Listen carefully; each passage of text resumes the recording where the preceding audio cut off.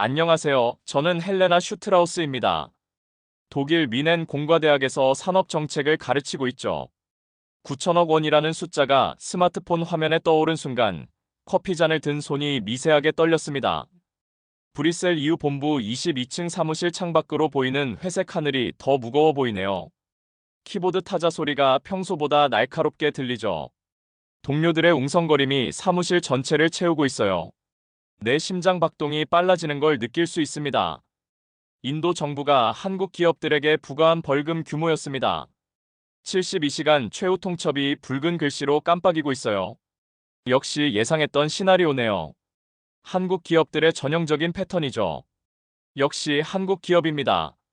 입 밖으로 나온 말이 생각보다 차가웠어요. 3년 전 서울에서 진행했던 스마트시티 프로젝트가 떠오릅니다. 120만 유로를 날린 그 악몽 같은 경험이요. 약속된 기술 사양은 지켜지지 않았습니다. 일정은 계속 미뤄졌죠. 결국 프로젝트는 무산되었어요. 책상 위 모니터에는 CNN 속보가 계속 업데이트되고 있습니다.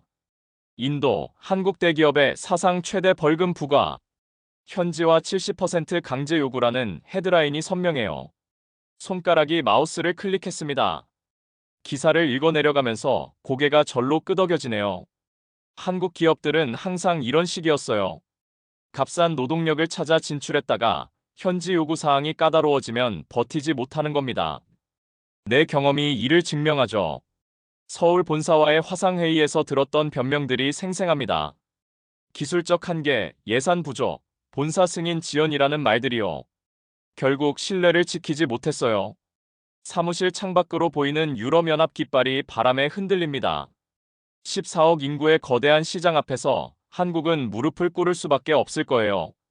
수학적으로 당연한 결과죠.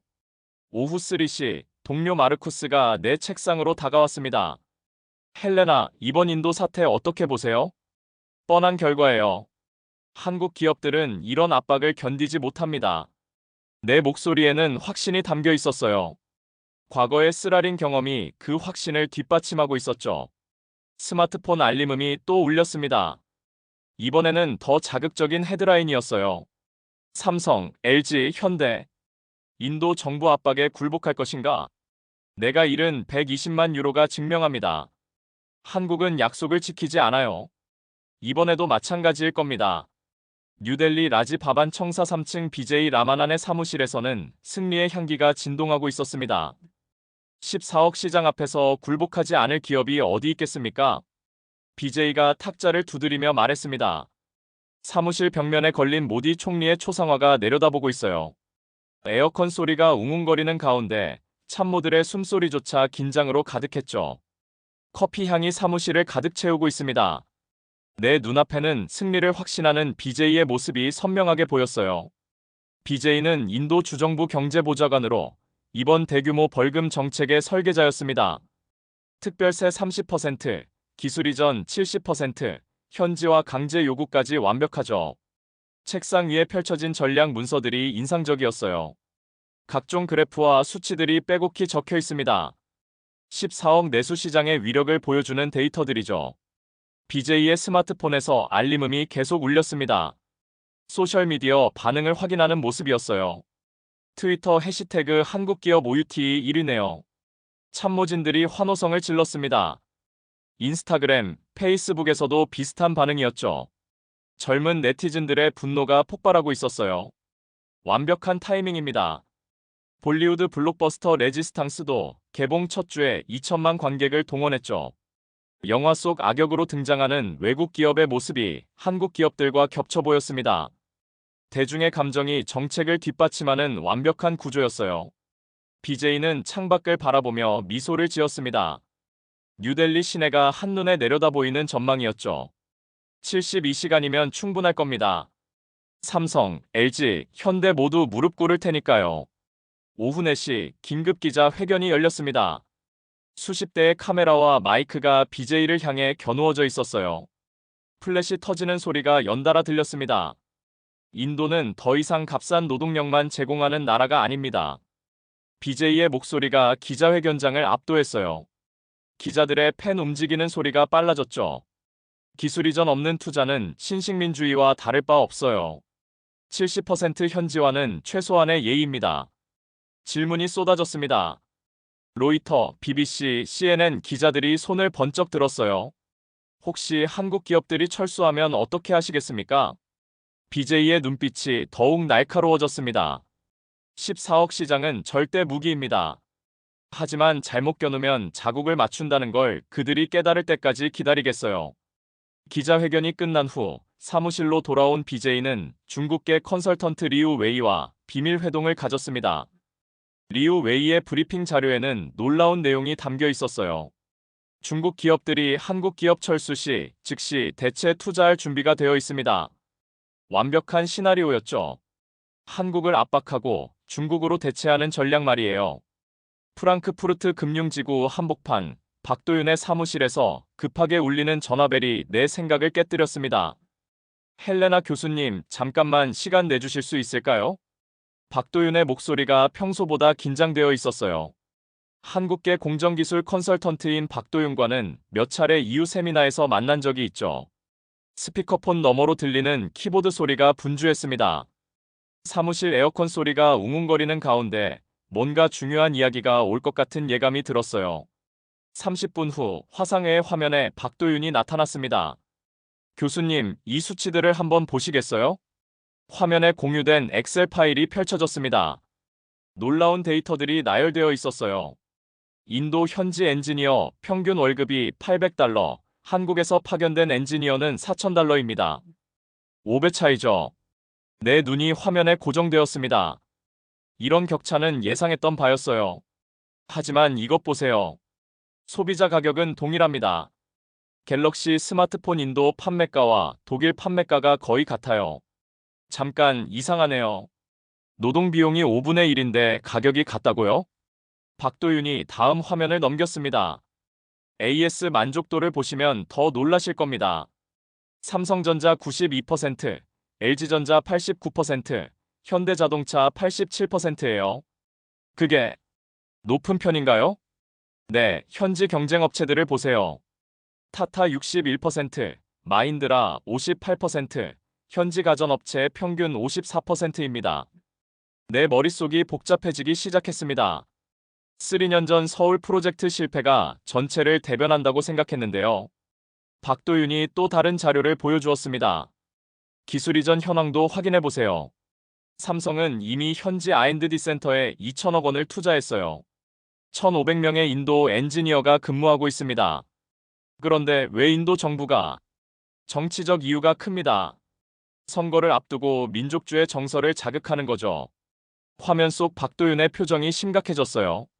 교수님, 혹시 현장을 직접 보실 의향이 있으신가요?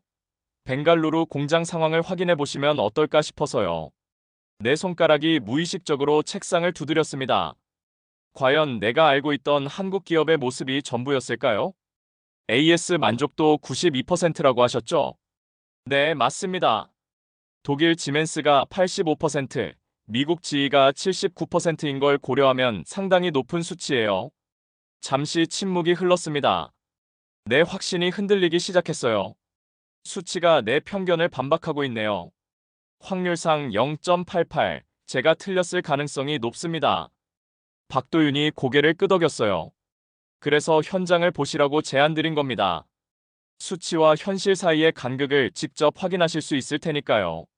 스마트폰 알림이 또 울렸습니다. 인도발 뉴스가 계속 업데이트되고 있었어요. 하지만 이제는 다른 시각으로 보이기 시작했습니다. 과연 120만 유로의 실패 경험 하나로 전체를 판단한 게 맞았을까요? 내 학자적 양심이 의문을 제기하고 있었어요. 벵갈루루 IT파크 근처 고급 호텔 로비에서 리우 웨이의 가죽 서류 가방이 탁자 위로 올려졌습니다. 새벽 2시 은밀한 만남이 시작되었어요. 로비 한쪽 구석, 조명이 어둑한 곳에 앉은 리우 웨이의 얼굴이 음산해 보였습니다. 에어컨 소리만이 정적을 깨뜨리고 있었죠. 커피 향이 미묘하게 코끝을 스쳤어요. 내 심장이 뛰는 소리가 들릴 것 같았습니다. 아룬싱 씨, 이 문서들을 보시죠. 리우 웨이가 봉투에서 서류를 꺼냈습니다. IIT 출신 노조 리더인 아룬싱이 그 내용을 훑어보고 있었어요. 정치자금 5억 루피가 이미 준비되어 있습니다. 아룬싱의 눈빛이 번뜩였어요. 그동안 노조 활동으로 어려움을 겪고 있던 참이었죠. 대신 요구 사항을 더 강화해 주세요. 임금 인상 50%, 현지 간부 비율 80%까지 밀어붙이는 겁니다. 리우 웨이의 목소리가 낮아졌습니다. 한국 기업들이 버티지 못하도록 압박 수위를 높이는 거예요. 서류 뭉치에는 더 충격적인 내용이 담겨 있었습니다. 삼성, LG, 현대에서 근무하는 핵심 엔지니어 300명의 개인정보였어요. 연락처부터 가족 사항까지 상세하게 기록되어 있었죠. 이 사람들에게 개별 연락하세요. 연봉 3배 스카우트 제안을 하는 겁니다. 아룬싱이 문서를 넘기며 놀라움을 감추지 못했어요. 중국 기업에서 이런 조건을 제시한다고요? 그렇습니다. 즉시 이직하면 보너스 1년치까지 추가로 드리죠. 리우 웨이가 또 다른 봉투를 꺼냈습니다. 안에는 현금이 가득했어요. 우선 활동비부터 받으세요. 100만 루피입니다. 오전 10시 정부 청사에서도 비슷한 거래가 이뤄지고 있었습니다. BJ 라마난의 사무실에 리우 웨이가 찾아왔어요. 책상 위에는 두꺼운 파일이 놓여 있었습니다. 보좌관님, 이번 기회에 한 방에 정리하시죠. 무슨 의미입니까? 현지화 70%를 요구하셨지만 사실 이건 불가능한 수치예요. 한국 기업들이 거부할 수밖에 없는 조건이죠. 리우 웨이의 설명이 계속되었습니다. 기술 이전도 마찬가지입니다. 핵심 기술은 본사에서 절대 내주지 않아요. 결국 철수를 선택할 겁니다. BJ가 고개를 끄덕였어요. 그럼 우리가 원하는 바로 그 결과네요. 맞습니다. 그때 중국 기업들이 즉시 투자할 준비가 되어 있어요. 일자리는 그대로 유지하면서 더 좋은 조건을 제시할 겁니다. 서류에는 중국 기업들의 투자 계획이 상세히 나와 있었습니다.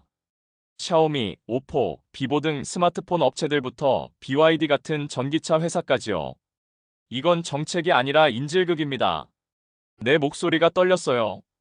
화상회의를 통해 이 장면들을 지켜보고 있던 내 마음속에서 분노가 치솟았죠.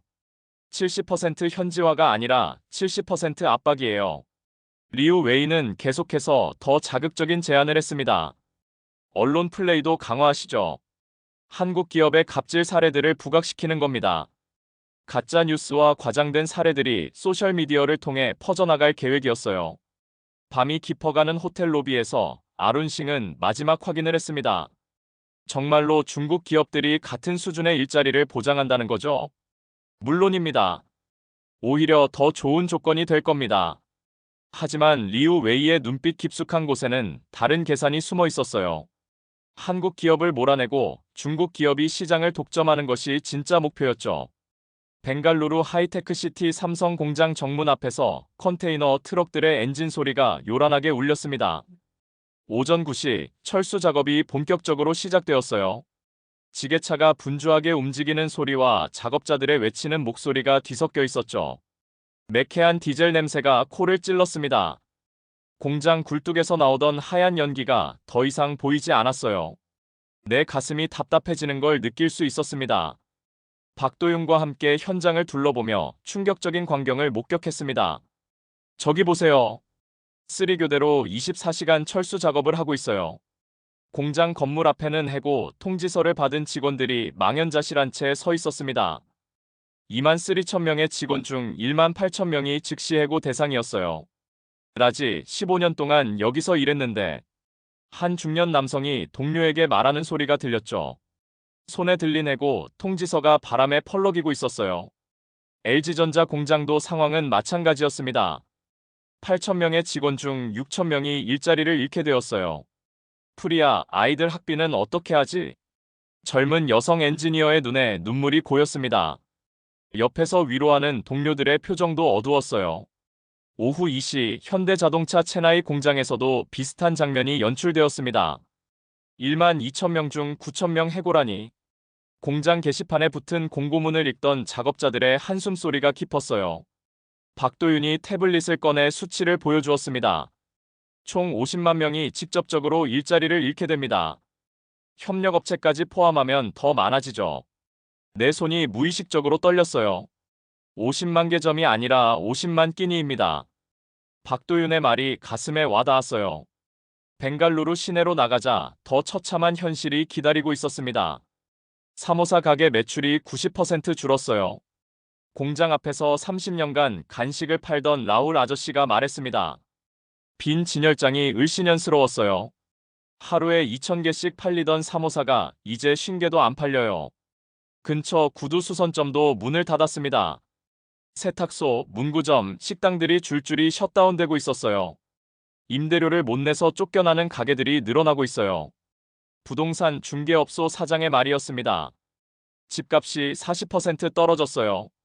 아파트 매물이 쌓여가는데 사는 사람은 없죠. 오후 4시 근처 초등학교를 방문했습니다. 전학 가는 아이들이 매일 늘어나고 있어요. 담임 선생님의 설명이었습니다. 부모님들이 일자리를 잃으면서 고향으로 돌아가는 거죠. 이번 달에만 120명이 전학했어요. 교실 곳곳에 빈 책상들이 눈에 띄었습니다. 병원 상황도 심각했어요. 의료진 월급을 3개월째 못 주고 있습니다. 병원장이 한숨을 쉬며 말했어요. 환자 수가 70% 줄었거든요. 직장을 잃은 사람들이 병원비를 감당할 수 없어서죠. 응급실에도 평소보다 한산했습니다. 저녁 7시 호텔로 돌아온 내 마음은 무너져 내리고 있었어요. 120만 유로 때문에 50만 명을 외면했습니다. 내 목소리가 떨렸어요. 과거의 실패 경험 하나로 이렇게 많은 사람들의 현실을 무시했던 거였죠. 박도윤이 조용히 말했습니다. 교수님, 이제 아시겠죠? 숫자 뒤에는 사람들의 삶이 있어요. 창밖으로 보이는 벵갈루루 시내의 불빛들이 예전보다 훨씬 적어 보였습니다. 50만 개의 꺼진 불빛을 상상하니 숨이 막혔어요. 내 편견이 얼마나 많은 사람들을 외면하게 만들었는지 깨달았습니다. 뉴델리 산업연합회 본부 대회의실에서 긴급 이사회가 소집되었습니다. 오전 10시 회의실 문이 열리자 무거운 침묵이 흘렀어요. 20명의 이사진들이 모두 굳은 표정으로 앉아 있었습니다. 프로젝터 화면에 떠오른 경제 지표들이 충격적이었어요. 에어컨이 돌아가는 소리만이 정적을 깨뜨리고 있었죠. 커피잔을 든 손들이 미세하게 떨리는 게 보였습니다. GDP 성장률 전망치를 마이너스 0.8%로 수정합니다. 수석 경제 분석가 아난드의 목소리가 떨렸어요. 한국 기업 철수 발표 후 일주일 인도 경제가 급속히 무너지고 있었습니다. 삼성, LG, 현대가 동시에 철수하면서 연쇄 반응이 시작되었어요. 화면에 나타난 수치들이 참담했습니다. 협력업체 127곳이 줄줄이 철수를 발표했어요. 수출 감소율 15%, 실업률 상승 3.2%포인트예요. 그게 다가 아닙니다. 무역부 차관이 추가 자료를 펼쳤어요. 포스코, SK하이닉스, 네이버까지 철수 검토에 들어갔습니다. IT 서비스 분야도 타격이 심각해요. 회의실 분위기가 더욱 무거워졌습니다. 오후 2시 증권거래소에서는 패닉 오후 2시 증권거래소에서는 패닉 셀링이 벌어지고 있었어요. 코스피 지수가 8% 폭락했습니다. 인도 관련 주식들이 모두 급락세죠. 트레이더들의 비명 소리가 거래소를 가득 메웠어요. 모니터 화면이 온통 빨간색으로 물들어 있었습니다. 타타그룹 주가 마이너스 12%, 릴라이언스 마이너스 15%, 인포시스 마이너스 18%예요. 한국 기업들과 협력 관계에 있던 인도 기업들이 동반 추락하고 있었습니다. 벵갈루루 부동산 시장도 붕괴 직전이었어요. 아파트 매물이 전월 대비 300% 급증했습니다. 부동산 중개업체 사장이 절망적인 목소리로 말했어요. 하지만 매수자는 찾을 수 없어요. 가격을 40% 깎아도 안 팔려요. IT파크 근처 고급 아파트 단지가 텅 비어가고 있었습니다. 이사하는 트럭들만 분주하게 오가고 있었어요. 저녁 6시 총리 관저에서 긴급 경제회의가 열렸습니다. 신뢰 지수가 금리보다 빠르게 무너지고 있습니다. 경제수석의 보고가 이어졌어요. 외국인 직접 투자 전망치도 마이너스 60%로 수정해야 합니다. 한국 다음은 일본, 독일 기업들이 될 가능성이 높아요. 총리의 얼굴이 심각해졌습니다. 다른 나라 기업들도 철수를 검토하고 있다는 거죠? 그렇습니다. 네덜란드 ASML, 독일 지멘스에서도 우려를 표명했어요. 정책 불확실성 때문이죠. 밤 11시 BJ 라마난의 사무실에서는 다급한 전화가 걸려오고 있었습니다. 보좌관님, 큰일 났습니다. 주정부 재정담당관의 목소리가 다급했어요. 세수 전망이 30% 줄어들 것 같아요. 법인세, 소득세 모두 급감했습니다. BJ가 책상을 움켜쥐었어요. 그럼 예산 계획을 전면 수정해야 한다는 말입니까? 네, 인프라 투자, 복지 예산 모두 삭감이 불가피해요. 창밖으로 보이는 뉴델리 시내 불빛들이 예전만 못해 보였습니다. 다음 날 아침 경제신문 일면 헤드라인이 충격적이었어요. 한국 기업 철수 파급 효과, 인도 경제 신뢰도 급락, 부제목도 자극적이었습니다. 14억 시장의 자만이 불러온 재앙, 투자 유치 전략 전면 재검토 필요. 내가 브뤼셀 사무실에서 이 모든 뉴스를 지켜보며 깨달았어요. 경제는 숫자가 아니라 신뢰로 돌아간다는 걸 말이죠. 9천억 원 벌금이 9조 원 손실을 불렀습니다. 박도윤의 분석이 정확했어요. 작은 불신의 씨앗이 거대한 경제 위기로 번져나간 것이었습니다. 10년 후 미넨 공과대학 명예교수실에서 은퇴 기념 강연을 준비하고 있었습니다. 마지막 수업입니다. 내 목소리가 1000명을 수용하는 대강당에 울려 퍼졌어요. 학생들뿐만 아니라 동료 교수들, 각국 외교관들까지 모인 특별한 자리였습니다. 천장에 샹들리에가 따스한 빛을 뿌리고 있었죠. 10년간 함께한 학생들의 박수 소리가 5분간 계속되었어요. 내 가슴 속에서 감사와 아쉬움이 동시에 밀려오는 걸 느낄 수 있었습니다. 신뢰 경제학 10년, 그 여정을 마무리하려 해요. 무대 뒤편 대형 스크린에 세계 지도가 나타났습니다. 신뢰 경제학 모델을 도입한 47개국이 초록색으로 표시되어 있었어요. 2025년 인도에서 시작된 작은 변화가 이제 전 세계로 퍼져나갔습니다. 청중석 앞줄에 앉은 프리아가 눈물을 훔치고 있었어요. 25살이 된 프리아는 이제 삼성전자 글로벌 R&D 팀장이 되어 있었습니다. 10년 전 120만 유로 실패로 시작된 편견이 50만 명의 고통으로 이어졌지만 결국 47개국 10억 명의 희망이 되었어요. 화면에 놀라운 통계가 나타났습니다.